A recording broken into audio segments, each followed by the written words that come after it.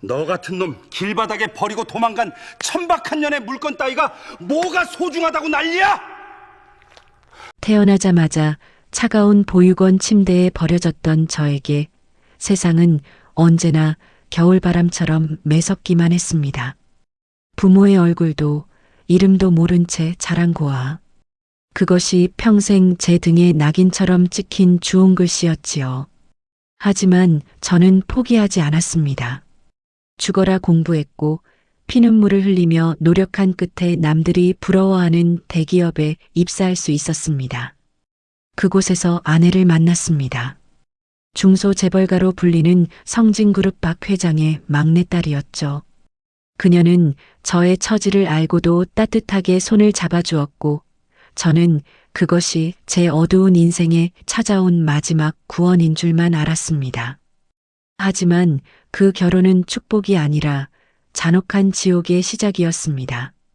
결혼 승낙을 받으러 가던 첫날 성진그룹 박 회장의 저택 거실에서 제가 들은 첫 마디는 인간에 대한 존중이라곤 찾아볼 수 없는 오물과도 같았습니다.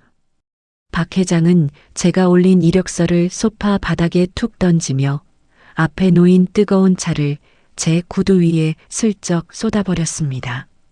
뜨거운 열감이 발등을 덮쳤지만 저는 미동조차 하지 못했습니다.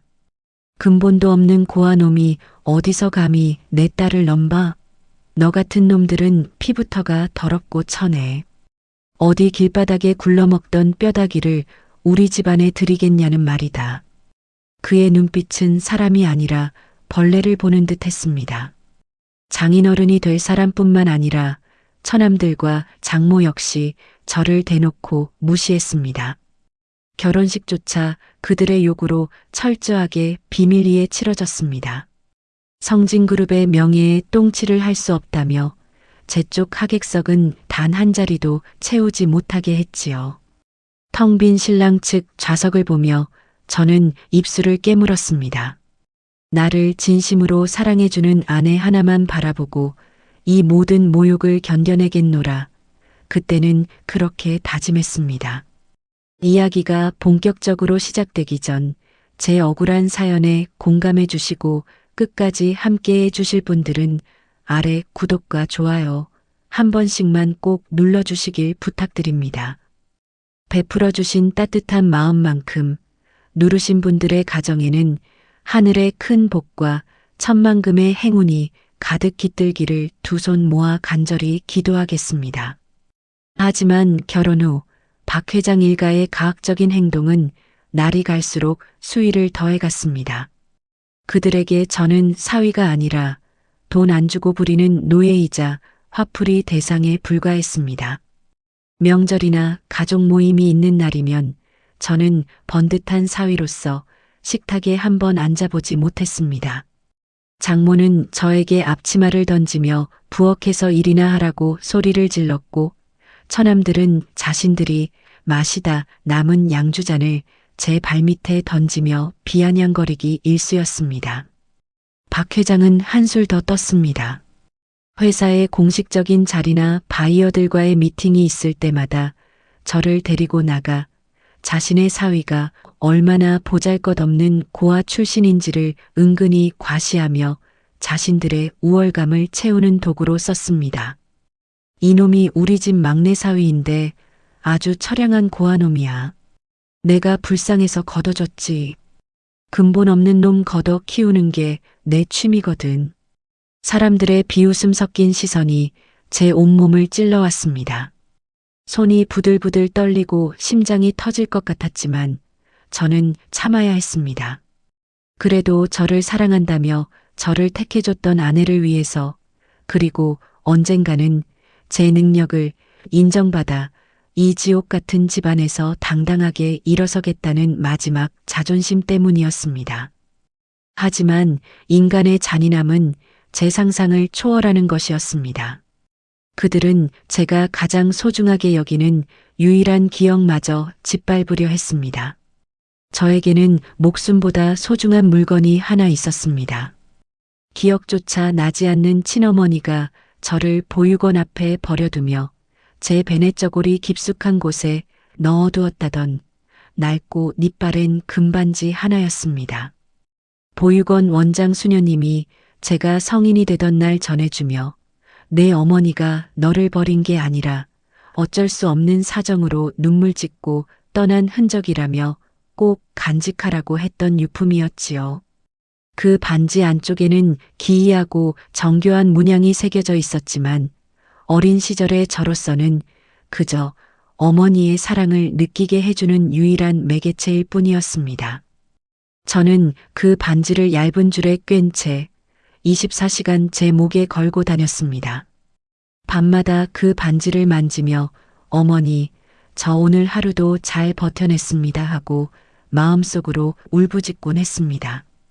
성진그룹 사람들의 지독한 고문 같은 모욕 속에서도 제가 무너지지 않을 수 있었던 버팀목이었습니다.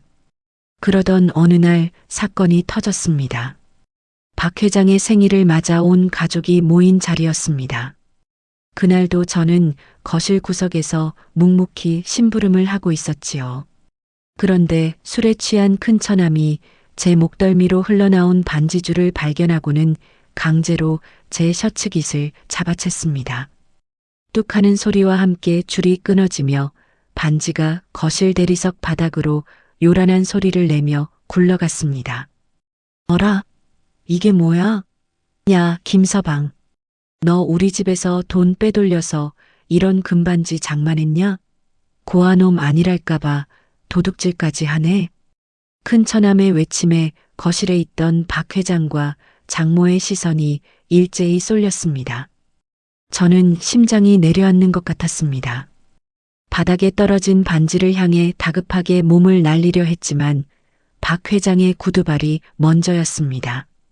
박 회장은 잔인하게도 제 어머니의 유품을 자신의 구두 밑창으로 지그시 밟아 뭉개버렸습니다. 아버님, 제발 그것만은 밟지 말아주십시오. 제 어머니의 유일한 유품입니다. 제 목숨보다 소중한 것입니다. 제가 처참하게 무릎을 꿇고 애원하자 박 회장은 오히려 비열한 미소를 지으며 구두에 힘을 더 주었습니다. 찌그러지는 반지 소리가 제 가슴을 찢는 것 같았습니다. 박 회장은 반지를 발로 툭 차서 쓰레기통 옆으로 밀어버리며 침을 뱉었습니다. 어디서 더러운 뼈다귀 유품을 내 집 거실에 굴려? 내 애미라는 작자도 뻔하지. 너 같은 놈 길바닥에 버리고 도망간 천박한 년의 물건 따위가 뭐가 소중하다고 난리야? 꼴도 보기 싫으니 당장 치워. 그 순간 제 안에서 무언가 툭 끊어지는 소리가 들렸습니다. 저를 모욕하는 것은 참을 수 있었습니다. 하지만 제 존재의 시작이자 얼굴도 모르는 제 어머니를 천박한 인간으로 몰아세우며 유품을 짓밟는 것은 도저히 용서할 수 없었습니다.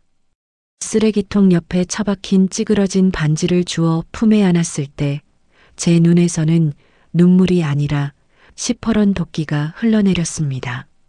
그리고 그 장면을 그저 남의 일처럼 수수방관하며 모른 채 쳐다보던 아내의 눈빛을 보며 저는 결심했습니다.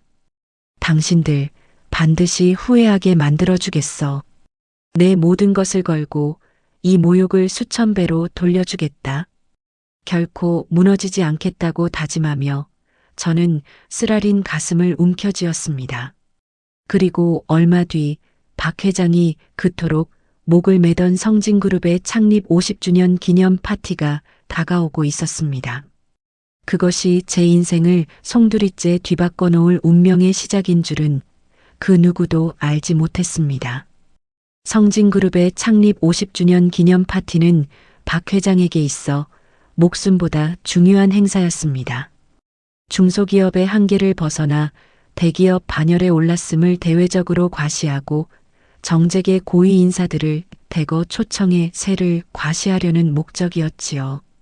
특히 박 회장이 수개월 전부터 온갖 인맥과 수단을 동원해 공을 들인 인물이 있었습니다. 바로 대한민국 재계 1위이자 전 세계를 움직이는 초대형 글로벌 기업 대한그룹의 이만재 회장이었습니다. 대한그룹은 성진그룹 같은 중소재벌은 감히 쳐다보지도 못할 거대한 거산이었습니다. 이만재 회장이 이 파티에 참석해 주느냐 마느냐에 따라 성진그룹의 주가와 미래가 결정된다고 해도 과언이 아니었죠.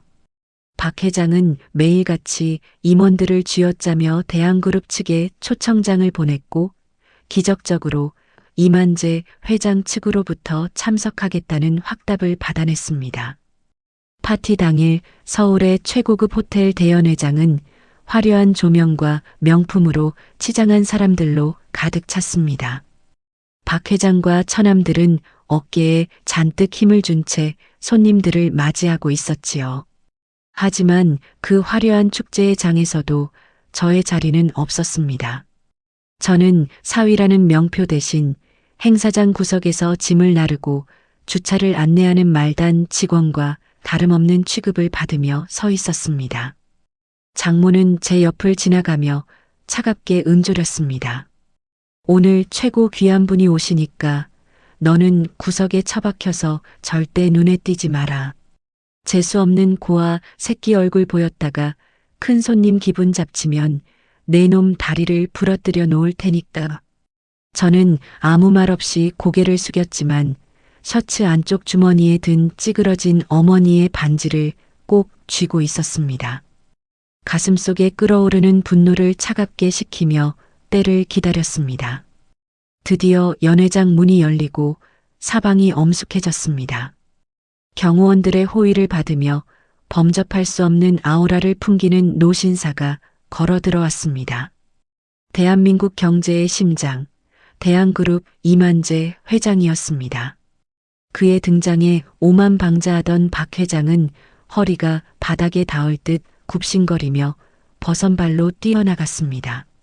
이 회장님, 이 누추한 곳까지 발걸음을 해주셔서 정말 가문이 영광입니다. 어서 이쪽 상석으로 모시겠습니다. 박 회장의 아첨 섞인 목소리가 연회장에 울려 퍼졌습니다. 이만재 회장은 굳은 표정으로 가볍게 목례를 하며 박 회장의 안내를 받아 걸어오고 있었지요.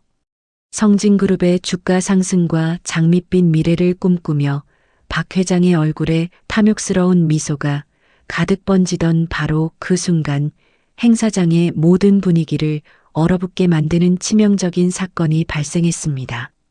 서빙을 하던 직원이 박 회장 일가의 기에 눌려 긴장한 탓인지 이만재 회장의 바로 앞에서 중심을 잃고 비틀거린 것이었습니다. 직원의 손에 들려있던 최고급 레드와인이 공중으로 튀었고 그 와인은 이만재 회장이 아닌 그 옆에 서 있던 박 회장의 맞춤형 고급 양복 정면에 그대로 쏟아졌습니다. 순식간에 연 회장은 물을 끼얹은 듯 조용해졌고 박 회장의 얼굴은 순식간에 불그락푸르락 악마처럼 변해갔습니다. 이만재 회장 앞에서 완벽한 모습을 보여주고 싶었던 그의 이성이 통째로 날아간 순간이었습니다. 박 회장은 자신의 채통도 잊은 채 와인을 쏟은 직원의 뺨을 사정없이 내리쳤습니다. 철썩하는 굉음과 함께 직원이 바닥으로 쓰러졌죠. 하지만 박 회장의 분노는 거기서 멈추지 않았습니다. 그는 구석에 있던 저를 매서운 눈빛으로 노려보며 소리를 질렀습니다. 야, 이 김서방 고아 새끼야. 너 거기서 멍청하게 뭐하고 있어? 이 녀석 당장 끌어내고 무릎 꿇려. 감히 내 옷을 이따위로 만들어? 근본 없는 놈을 데려다 놨더니 집안 잔치를 다 망쳐놓는구나.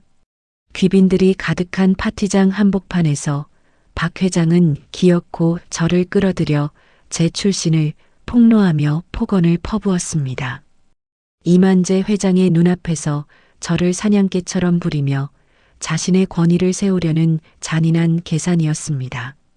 수백 명의 시선이 일제히 저에게 쏠렸고 제 아내는 하얗게 질린 채 입을 막았습니다. 저는 모욕감에 온몸이 떨렸지만 묵묵히 걸어나가 바닥에 쏟아진 와인을 닦기 위해 품에서 손수건을 꺼냈습니다. 그런데 너무 긴장한 탓이었을까 손수건을 꺼내는 순간 주머니 깊숙이 넣어두었던 박 회장의 구두발에 찌그러졌던 어머니의 그 유품, 금반지가 툭 하고 바닥으로 떨어졌습니다. 타일 바닥을 구르는 반지의 금소금이 유난히도 크게 들렸습니다. 그 반지가 굴러간 곳은 다름 아닌 가만히 이 상황을 지켜보고 있던 대한그룹 이만재 회장의 구두 앞이었습니다. 박 회장은 지저분한 물건이 또 나왔다며 저를 향해 욕설을 퍼부으려 했습니다. 하지만 그 순간 바닥에 떨어진 반지를 무심히 내려다보던 이만재 회장의 눈동자가 사정없이 흔들리기 시작했습니다. 그의 얼굴에서 핏기가 순식간에 사라졌고 평생을 전쟁터 같은 재계에서 버텨온 거물의 몸이 눈에 띄게 떨리고 있었습니다. 이만재 회장은 박 회장의 말 따위는 들리지도 않는다는 듯 허리를 숙여 바닥에 떨어진 찌그러진 금반지를 직접 손으로 집어들었습니다. 그리고 반지 안쪽에 새겨진 문양을 확인한 순간 이 회장의 입에서 짓눌린 신음이 터져 나왔습니다. 이 반지가 자네가 왜 이걸 가지고 있는 건가? 날카롭고도 떨리는 이만재 회장의 시선이 박 회장이 아닌 구석에서 고개를 숙이고 있던 저를 정면으로 향했습니다. 연회장의 공기가 순식간에 기묘하게 뒤바뀌는 순간이었습니다. 대한그룹 이만재 회장님의 그 한마디에 웅성거리던 연회장은 순간 얼음물을 끼얹은 듯 고요해졌습니다. 제 손수건과 함께 바닥에 떨어졌던 박 회장의 구두발에 처참하게 찌그러진 그 낡은 금반지. 그것을 쥔 이만재 회장님의 손은 눈에 띄게 부르르 떨리고 있었습니다. 대제국을 이끄는 냉혈한 같은 거물의 눈에 순식간에 붉은 핏발이 서고 눈물이 고이는 모습을 저는 똑똑히 보았습니다. 박 회장은 갑작스러운 상황 변화에 당황한 듯 연신 머리에 흐르는 식은 땀을 닦아내며 이 회장님 눈치를 살피기 시작했습니다. 그 탐욕스러운 대가리를 굴리며 어떻게든 이 상황을 자신에게 유리하게 포장하려 애쓰는 모습이 참으로 가관이었습니다. 박 회장은 허리를 90도로 숙이며 아첨 섞인 목소리로 기어들어 가듯 말했습니다. 이 회장님? 그 더러운 고아놈의 장난감 같은 반지가 왜 회장님 손에, 그 천박한 놈이 감히 회장님 동선을 방해했나 봅니다. 김서방, 너 당장 무릎 꿇고 이 회장님께 사죄드리지 못해? 어디서 감히 쓰레기 같은 물건을 흘려서 귀하신 분 손을 더럽히는 거야. 박 회장의 표독스러운 불호령이 떨어졌지만 저는 꼼짝도 하지 않았습니다. 아니, 움직일 수가 없었습니다. 이만재 회장님의 눈빛이 저를 향해 걷잡을 수 없이 흔들리고 있었기 때문입니다. 이 회장님은 박 회장의 악에 바친 소리 따위는 들리지도 않는다는 듯 오직 제 얼굴만을 뚫어지게 응시했습니다. 그의 시선은 제 눈, 제 코, 제 입술을 세밀하게 훑어내렸고 이내 확신에 찬 떨림으로 변해갔습니다. 자네 이름이 무언가? 그리고 이 반지를 정말 자네 어머니가 남겨주신 게 맞단 말인가? 이 회장님의 목소리는 분노와 슬픔, 그리고 거대한 경악이 뒤섞여 있었습니다. 저는 마른 침을 삼키며 셔츠 깃을 단단히 여민 채 대답했습니다. 네, 회장님. 제 이름은 김태수입니다. 아버님이 말씀하신 대로 저는 부모 얼굴도 모르는 고아입니다. 하지만 이 반지만큼은 저를 보육원에 맡기신 어머니가 제 베넷저고리 속에 남겨두신 유일한 흔적입니다. 제 목숨보다 소중히 간직해온 유품입니다. 제 말이 끝남과 동시에 이만재 회장님은 깊은 한숨을 내쉬며 청천벽력 같은 행동을 하셨습니다. 수백 명의 정재계 거물들이 지켜보는 파티장 한복판에서 그 높으신 대한그룹 회장님이 제 앞에 한 걸음 다가와 제 거친 두 손을 꼭 붙잡으신 겁니다. 이 회장님의 손은 차가웠지만 저를 쥐는 힘만큼은 심장이 터질 듯 강렬했습니다. 태수라고 했느냐? 아, 하늘이시여, 내가 살아있었구나. 내 아들아, 내 친자식이 살아있었어. 대연회장에 폭탄이 떨어진 것 같은 대충격이 감돌았습니다. 이 회장님의 입에서 나온 내 아들이라는 단어에 박 회장과 장모, 그리고 저를 쓰레기 취급하던 처남들의 얼굴이 순식간에 종이장처럼 하얗게 질려버렸습니다.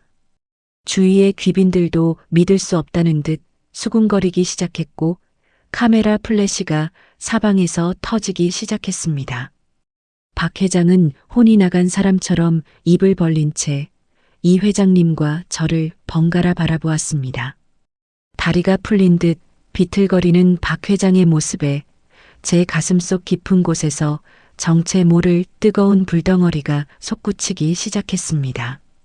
이 반지에 얽힌, 그리고 제 어머니의 죽음에 얽힌 잔혹하고도 거대한 음모의 서막이 마침내 세상 밖으로 드러나는 순간이었습니다. 이만재 회장님의 입에서 터져나온 내 아들아라는 한마디에 성진그룹 창립 파티장은 순식간에 정적을 넘어 기괴한 공포감마저 감돌기 시작했습니다. 박 회장과 그 일가들의 얼굴은 핏기가 싹 가신 채 시퍼렇게 질려 있었고 연회장에 모인 수백 명의 귀빈은 숨소리조차 내지 못하며 저희를 주목하고 있었습니다. 이 회장님은 찌그러진 금반지를 제 손에 꼭 쥐어주며 끝내 참지 못하고 뜨거운 눈물을 흘리셨습니다. 그 거대한 대한그룹을 이끌며 평생 눈물 한 방울 흘리지 않을 것 같던 강철 같은 노신사가 제 앞에서 어깨를 들썩이며 우시는 모습에 제 심장도 미친 듯이 뛰기 시작했습니다. 이 회장님은 떨리는 목소리로 제 뺨을 어루만지며 그동안 베일에 쌓여있던 잔인하고도 슬픈 과거의 내막을 하나씩 풀어놓으셨습니다. 이 반지는 우리 대한그룹 가문의 직계 후계자에게만 내려오는 고유한 문장이 새겨진 세상에 단 하나뿐인 반지다. 그리고 이 반지의 원래 주인은 내가 평생을 바쳐 사랑했던, 하지만 지켜주지 못했던 너의 어머니 연이란다. 30여 년 전 이만재 회장님은 대기업의 후계자라는 무거운 짐을 지고 있었지만 평범하고 심성이 고왔던 제 어머니를 만나 불같은 사랑을 나누셨다고 합니다. 하지만 엄격하기 짝이 없던 대한그룹의 전임 회장과 가문에서는 근본이 없고 급이 낮다는 이유로 어머니를 결코 며느리로 인정하지 않았습니다. 집안의 엄청난 반대 속에서도 이 회장님은 모든 것을 포기하고 어머니와 함께 도망칠 결심까지 하셨다고 합니다. 하지만 비극은 이 회장님이 잠시 해외 출장으로 자리를 비운 사이에 일어났습니다. 가문의 어른들은 이 회장님 몰래 사람들을 동원해 어머니를 샅샅이 뒤쫓았고 강제로 납치하다시피 하여 연고도 없는 먼 지방으로 쫓아내버렸습니다. 당시 어머니의 뱃속에는 이미 저라는 새로운 생명이 자라고 있었지만 이 회장님은 그 사실조차 모른 채 어머니를 찾아 전국을 미친 듯이 헤맸다고 합니다. 가문에서는 이 회장님에게 어머니가 돈을 받고 스스로 떠났다는 거짓 조작된 증거를 내밀며 눈을 가렸던 것이지요. 쫓겨난 어머니는 홀로 외롭게 저를 낳으셨지만 가문의 감시와 핍박 그리고 산후조리도 하지 못한 채 이어간 고된 노동으로 인해 급격하게 건강이 악화하셨습니다. 결국 자신이 얼마 살지 못할 것을 직감한 어머니는 마지막 보루로 이 회장님이 전해준 가문이 문장이 찍힌 금반지를 제 베네저고리에 깊숙이 숨겨둔 채 저를 보육원 앞에 맡기고 눈을 감으셨던 겁니다. 이 회장님은 평생을 어머니를 그리워하며 홀로 살아오셨고 뒤늦게 자식이 있었다는 사실을 알고 사람을 풀었으나 끝내 찾지 못해 피눈물을 흘리며 살아오셨던 것이었습니다. 모든 전말을 알게 된 저는 가슴이 찢어지는 것 같았습니다. 제가 고아원에서 근본 없는 자식이라며 매질을 당하고 성진그룹에 들어와 박 회장 일가에게 벌레만도 못한 취급을 받으며 버텨온 그 세월 동안 제 어머니는 홀로 그 무서운 고독 속에서 저를 지키다 돌아가셨던 겁니다. 이야기를 마친 이 회장님이 고개를 돌려 박 회장을 바라보았을 때 그의 눈빛은 조금 전의 슬픔은 온데간데 없이 상대를 한순간에 찢어 죽일 듯한 잔혹한 포식자의 눈빛으로 변해 있었습니다. 이 회장님은 박 회장의 구두발에 처참하게 짓눌려 찌그러진 반지를 가리키며 연 회장이 울릴 정도로 서슬퍼런 호통을 치셨습니다. 박성진 내놈이 감히 누구의 유품을 짓밟고 누구의 아들을 고아 새끼라 멸시하며 노예처럼 부린 것이냐? 내 아들의 눈에서 피눈물을 흘리게 한 데가 내놈의 전 재산을 날려버려도 모자랄 것이다. 이 회장님의 경로에 박 회장은 그대로 바닥에 털썩 무릎을 꿇었습니다. 오만방자하게 저를 짓밟던 중소재벌 회장이 진짜 거산 앞에서 한 마리 가련한 유기견처럼 벌벌 떨기 시작한 것입니다. 이제 제 인생을 지옥으로 만들었던 자들을 향한 처절하고 완벽한 피해 복수가 시작되려 하고 있었습니다. 대한그룹 이만재 회장님의 서슬퍼런 호통이 연 회장 조명마저 흔들리게 만드는 것 같았습니다. 내 아들의 눈에서 피눈물을 흘리게 한 데가 내 놈의 전 재산을 날려버려도 모자랄 것이다. 라는 그 선언은 성진그룹의 사형 선고와도 같았지요. 조금 전까지만 해도 제 어머니의 유품을 쓰레기 취급하며 저를 짐승처럼 부리던 박 회장은 이제 자신이 도살장 앞에 선 가축처럼 사시나무 떨듯 떨고 있었습니다. 박 회장은 대리석 바닥에 이마를 찌우며 처절하게 기기 시작했습니다. 수백 명의 귀빈이 보는 앞이었지만 자존심 따위는 내팽개친 지 오래였습니다. 대한그룹이라는 거대한 거산이 손가락 하나만 까딱해도 성진그룹 같은 중소기업은 흔적도 없이 사라진다는 것을 누구보다 잘 아는 장사꾼이었으니까요. 이 회장님, 죽을 죄를 지었습니다. 제가 눈이 멀어 감히 회장님의 고귀하신 자제분을 알아보지 못했습니다. 한 번만 살려주십시오. 김서방 아니 태수야. 내가 잘못했다. 장인이 장인답지 못했어. 내가 아버님께 말씀 좀 잘 드려다오. 추악하기 짝이 없는 모습이었습니다. 제 구두 위에 뜨거운 차를 쏟고 제 귀에 고아 새끼라며 폭언을 퍼붓던 그 오만함은 어디로 가고 이제는 제 바짓가랑이를 붙잡으며 눈물 콧물을 짜내고 있었습니다. 그 옆에 있던 장모와 처남들도 마찬가지였습니다. 저를 부엌대기 취급하며 앞치마를 던지던 장모는 혼이 나간 채 바닥에 주저앉았고 제 목에서 반지를 강제로 뜯어내고 도둑놈이라 몰아세우던 큰 처남은 다리가 풀려 부들부들 떨고만 있었습니다. 하지만 이만재 회장님은 단호했습니다. 제 손을 잡은 회장님의 손길은 따뜻했지만 박 회장을 내려다보는 눈빛은 북극의 얼음창보다 차가웠습니다. 비켜라. 더러운 손으로 내 아들의 몸에 손대지 마라. 장인? 내 놈이 감히 내 아들의 장인을 자처해.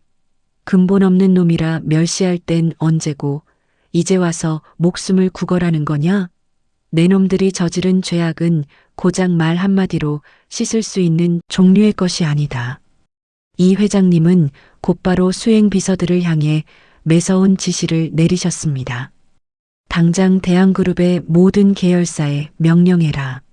성진그룹과 진행 중인 모든 합작사업, 원자재 공급, 그리고 유통망 계약을 전면 백지화한다. 그리고 금융권에 연락해 성진그룹의 여신 현황을 파악하고 회수 가능한 모든 자금을 당장 압류하도록 조치해라. 법무팀도 전원 소집해라. 이 자들이 내 아들에게 자행한 폭행, 모욕, 가학적 행위에 대해 단 한치의 관용도 없이 형사처벌을 받도록 고소장을 접수해라. 그 지시가 떨어지는 순간 박 회장은 헉하는 비명과 함께 가슴을 움켜쥐고 뒤로 넘어졌습니다.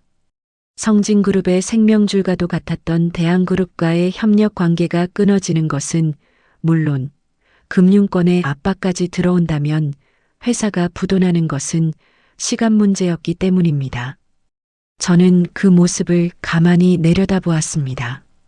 제 가슴 속에서 수년간 쌓여왔던 체증이 한순간에 씻겨 내려가는 듯한 강렬한 카타르시스가 느껴졌습니다. 하지만 이것은 시작에 불과했습니다.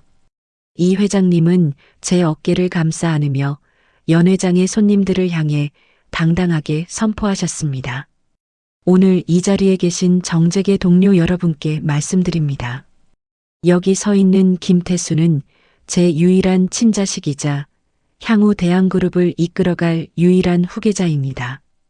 그동안 이 아이가 겪은 고통을 생각하면 제 가슴이 찢어지지만 이제라도 제자리로 돌려놓으려 합니다. 제 아들을 돕는 자는 대한그룹의 친구가 될 것이요. 제 아들을 모욕한 자들은 철저한 파멸을 맞이하게 될 것입니다. 그 선포와 함께 연회장에는 박 회장 일가의 절규와 통곡 소리가 가득 울려 퍼졌습니다. 불과 몇 분 전까지만 해도 성진그룹의 50주년을 축하하던 화려한 파티장은 순식간에 박 회장 일가의 장례식장으로 변해버렸습니다. 저는 비로소 고개를 똑바로 들고 그들을 내려다보았습니다. 복수의 서막은 완벽하게 올랐고 이제 그들을 기다리는 것은 처절한 지옥의 나락이었습니다. 그 화려했던 성진그룹의 50주년 파티장은 박 회장 일가의 통곡과 비명으로 가득 찬 지옥도로 변해버렸습니다. 대한그룹 이만재 회장님의 공식 선포가 떨어진 바로 다음 날부터 성진그룹의 숨통을 죄어오는 거대한 폭풍이 몰아치기 시작했지요. 대한그룹과의 모든 거래가 단절되었다는 뉴스가 언론에 도배되자마자 성진그룹의 주가는 연일 하한가를 치며 종이 조각이 되어갔습니다. 투자자들은 사옥으로 몰려와 계란을 던졌고 은행들은 약속이라도 한 듯 일제히 대출금 만기 연장 불가를 외치며 박 회장의 목을 죄어왔습니다. 그 시각 저는 완전히 다른 세상에 서 있었습니다. 보육원 출신의 고아 성진그룹의 부엌대기 사위였던 저는 이제 대한민국 최고 기업인 대한그룹의 본사 최상층 부회장실의 주인이 되어 있었습니다.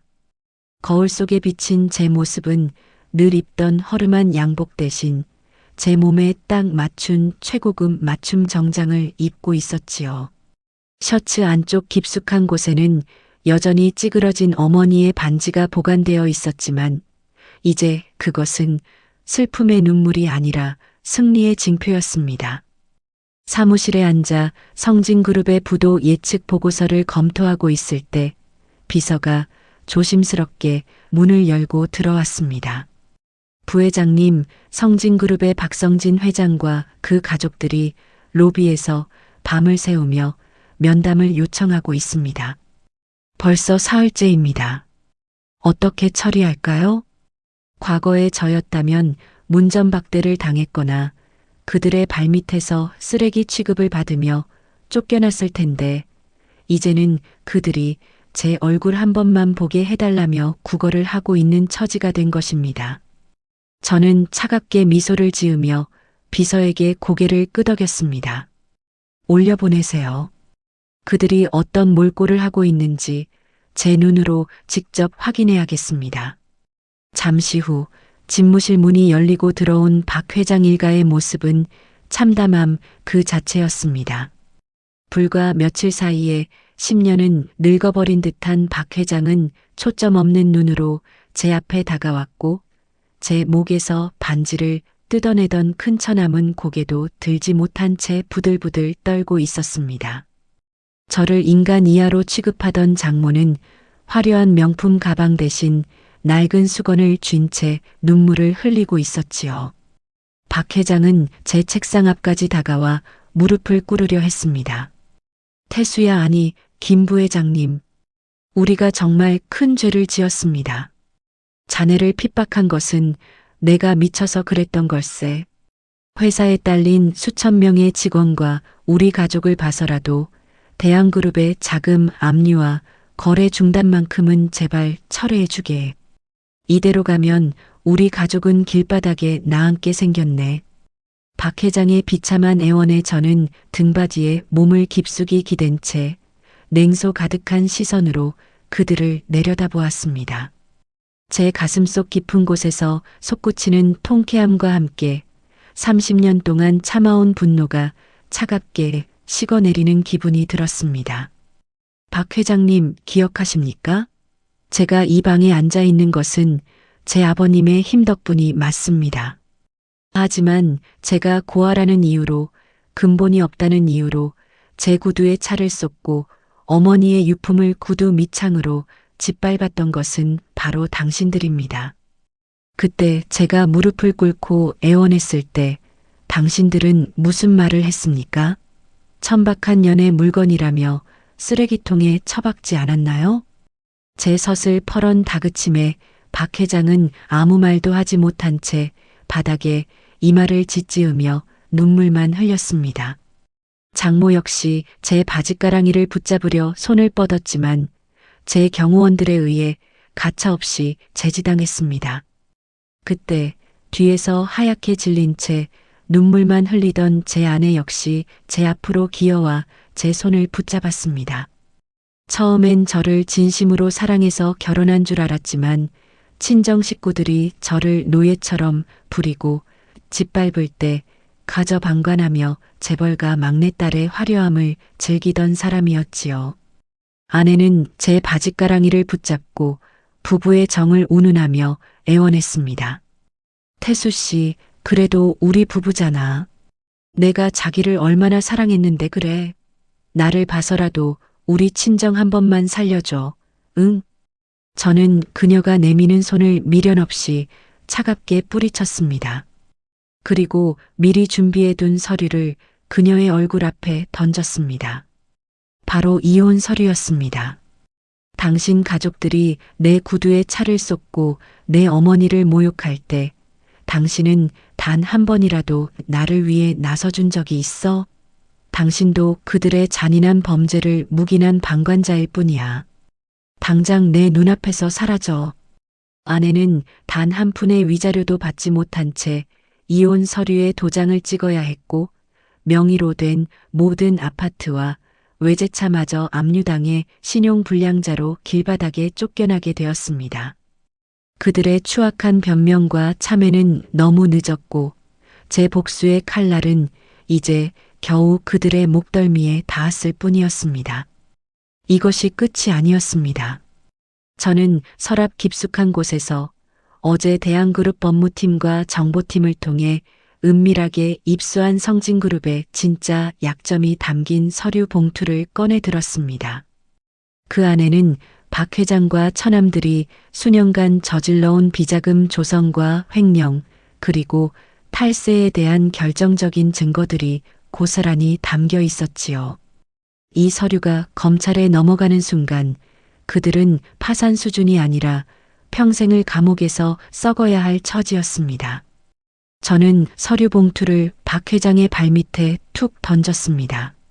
마치 과거에 그가 제 이력서를 바닥에 던졌던 그 날처럼 말입니다.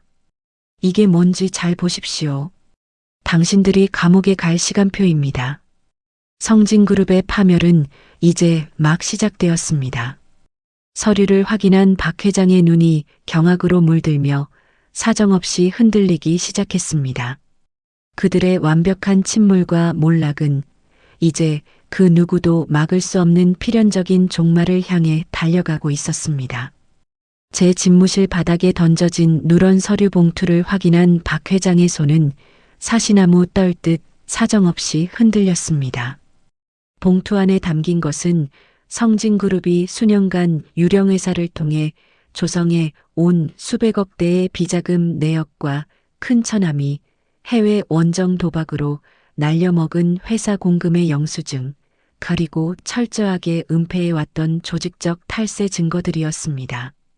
과거에 제가 그들의 사냥개이자 노예로 살며 구석구석에서 목격하고 모아두었던 작은 단서들이 대한그룹 정보팀의 막강한 정보력과 결합해 거대한 단두대의 칼날이 되어 돌아온 것이었지요.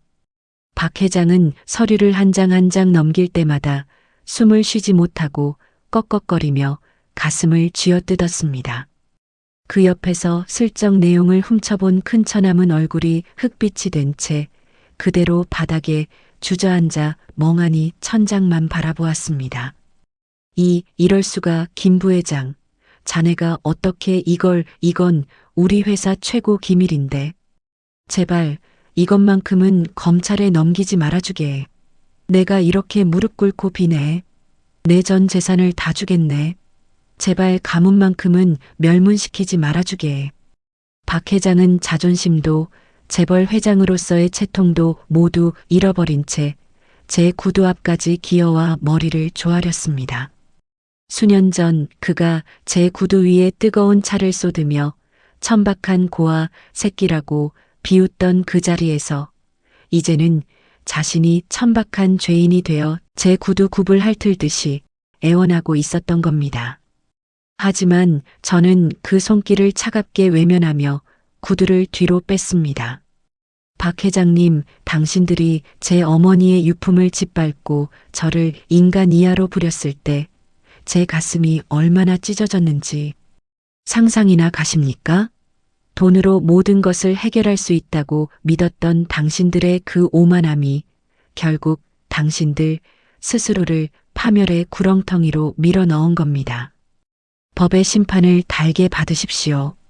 제가 인터폰을 눌러 경호원들을 부르자 다급해진 악인들은 추악하게도 서로를 탓하며 분열하기 시작했습니다. 그 지독하던 가족 주의는 돈과 권력 앞에서 한순간에 모래성처럼 허물어졌지요. 장모는 제 큰 처남의 뺨을 사정없이 후려치며 소리를 질렀습니다. 이 빌어먹을 놈아. 내가 해외에서 도박질하지만 않았어도 회사가 이 지경까지는 안 왔어. 내 아버지가 피땀 흘려 키운 회사를 내 놈이 다 망쳐놓은 거야. 태수야, 아니 김 부회장. 이 모든 건 다 내 큰아들 놈이 저지른 짓이야. 우리 남편이랑 나는 아무 죄도 없네. 제발 저놈만 처벌해주게. 어머니라는 작자가 자식에게 죄를 뒤집어 씌우며 목숨을 구걸하는 꼴은 눈 뜨고 보기 힘들 정도로 추잡했습니다. 큰 처남 역시 눈에 핏발을 세우며 장모에게 대들었지요. 자신이 저지른 비자금은 모두 아버지가 시켜서 한 일이라며 박 회장의 멱살을 잡을 듯이 날뛰었습니다. 서로가 살기 위해 침을 뱉고 머리채를 잡으려 싸우는 아수라장을 보며 저는 씁쓸하면서도 형언할 수 없는 깊은 통쾌함을 느꼈습니다. 바로 그 순간 집무실의 대형 TV 뉴스에서 긴급 속보가 흘러나왔습니다. 속보 검찰 성진그룹 본사 및 박성진 회장 자택 정격 압수수색 수백억대 비자금 및 횡령 정황 포착. 화면에는 성진그룹 사옥으로 파란색 압수수색 상자를 들고 들이닥치는 검찰 수사관들의 모습이 생생하게 중계되고 있었습니다. 대한그룹 법무팀이 이미 손을 써둔 결과였지요. 뉴스를 본 박 회장은 입에서 붉은 피를 한 움큼 토해내며 그대로 바닥에 쓰러졌고 연 회장은 순식간에 아수라장이 되었습니다. 저는 쓰러진 박 회장과 울부짖는 그 일가족을 차갑게 내려다보며 경호원들에게 눈빛으로 지시했습니다. 이 더러운 죄인들을 당장 내 방에서 끌어내세요. 이제 그들이 갈 곳은 법정뿐입니다. 사방에서 들이닥친 경호원들에 의해 박 회장 일가는 짐짝처럼 로비 밖으로 끌려나갔습니다. 그들이 지른 비명과 통곡 소리가 복도 너머로 사라질 때 저는 비로소 깊은 숨을 내쉴 수 있었습니다. 악인들의 목을 조르는 덫은 완벽하게 완성되었고 이제 그들을 기다리는 것은 한치의 자비도 없는 최종적인 몰락뿐이었습니다. 검찰의 전격적인 압수수색이 시작된 지 채 한 달도 되지 않아 성진그룹 박성진 회장과 그 일가족은 피고인 신분으로 법정 피고인석에 나란히 서게 되었습니다.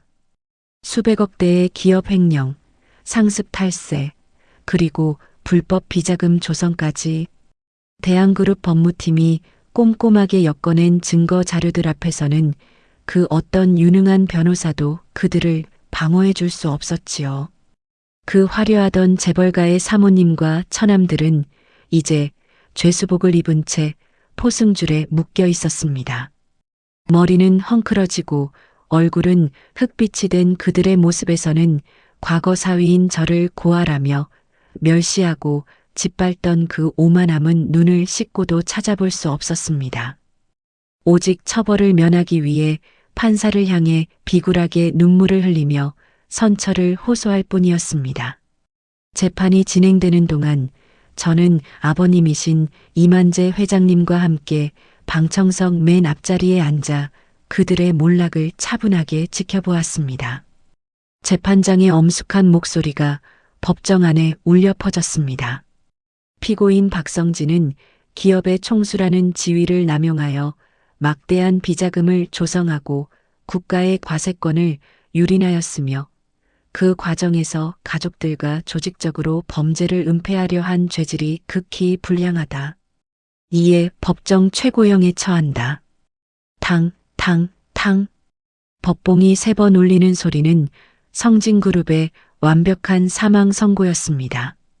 박 회장에게는 징역 12년에 벌금 수백억 원이 선고되었고 제 목에서 반지를 뜯어내며 도둑으로 몰았던 큰 처남에게는 징역 8년 공범으로 가담한 잡모에게도 실형이 선고되며 그 자리에서 전원 법정 구속되었습니다. 판사님, 억울합니다. 저는 시키는 대로 했을 뿐입니다. 저 고아 새끼가 우리를 모함한 겁니다. 태수야, 내가 어떻게 우리한테 이럴 수 있어. 큰 처남은 구치장으로 끌려가면서도 정신을 못 차리고 저를 향해 악을 쓰며 울부짖었습니다. 하지만 그 비명은 교도관들의 거친 손길에 의해 이내 차갑게 묻혀버렸지요. 진정한 사이다 참교육은 그 다음이었습니다. 실형 선고와 동시에 성진그룹은 법원으로부터 파산 선고를 받았고 그들이 가진 모든 재산은 국가와 채권단에 의해 강제 압류되었습니다.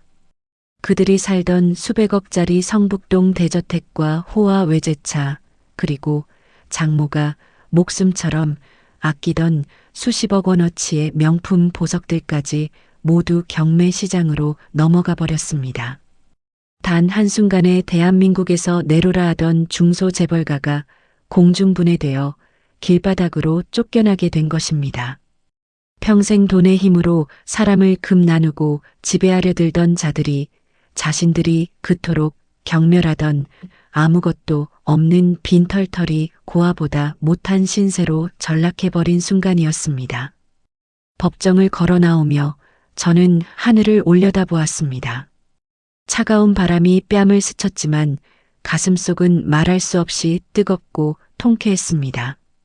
제 구두 위에 쏟아진 차의 열감보다 제 가슴을 짓밟았던 그들의 구두발보다 수천 배는 더 강렬한 정의의 심판이 그들을 집어삼킨 것이니까요. 이제 이 지독했던 잔혹사의 마지막 종착지만이 남아 있었습니다. 모든 재판과 압류 절차가 끝난 후 성진그룹이라는 이름은 대한민국 재계에서 완전히 지워졌습니다. 박 회장 일가는 차가운 감옥 독방에서 서로를 원망하며 평생을 썩어가게 되었고 그들이 누리던 부귀영화는 한낱 일장춘몽처럼 사라졌지요. 돈과 권력으로 사람의 급을 나누고 고아라는 이유로 저를 짐승처럼 짓밟던 악인들은 결국 자신들이 판 무덤에 스스로 갇히고 말았습니다. 시청자 여러분, 참으로 엄중하고도 통쾌한 인과응보가 아닐 수 없습니다. 모든 복수국에 막이 내린 어느 날 저는 아버님이신 이만재 회장님과 함께 나란히 차를 타고 먼 시골의 한 호젓한 추모공원을 찾았습니다. 바로 제 친어머니 연희 씨가 홀로 외롭게 잠들어 계신 곳이었습니다. 30평생을 부모 없는 고아로 살며 원망하기도 했던 내 어머니. 하지만 가문의 핍박 속에서도 저를 살리기 위해 눈물로 밤을 지새우다 홀로 눈을 감으셨던 내 어머니의 묘비 앞에 저는 천천히 무릎을 꿇었습니다. 제 손에는 여전히 찌그러진 금반지가 들려 있었습니다. 비록 박 회장의 구두발의 발표 모양은 볼품없이 변해버렸지만 저와 어머니를 다시 이어준 세상에서 가장 고귀한 기적의 열쇠였습니다. 저는 그 반지를 어머니의 묘비 앞에 조심스럽게 내려놓았습니다. 어머니, 저 태수예요. 어머니가 목숨처럼 지켜주신 그 천박하다던 고아, 자식이 이제는 대한민국 최고 기업의 후계자가 되어 당당하게 어머니 앞에 섰습니다. 저를 괴롭히고 어머니의 유품을 짓밟았던 자들은 전부 제 발밑에서 처절하게 짓밟아 주었습니다. 그러니 이제는 그 무겁던 한을 다 풀으시고 하늘에서 편히 쉬세요. 옆에 서 계시던 아버님 역시 어머니의 묘비를 어루만지며 소리 없이 뜨거운 눈물을 흘리셨습니다.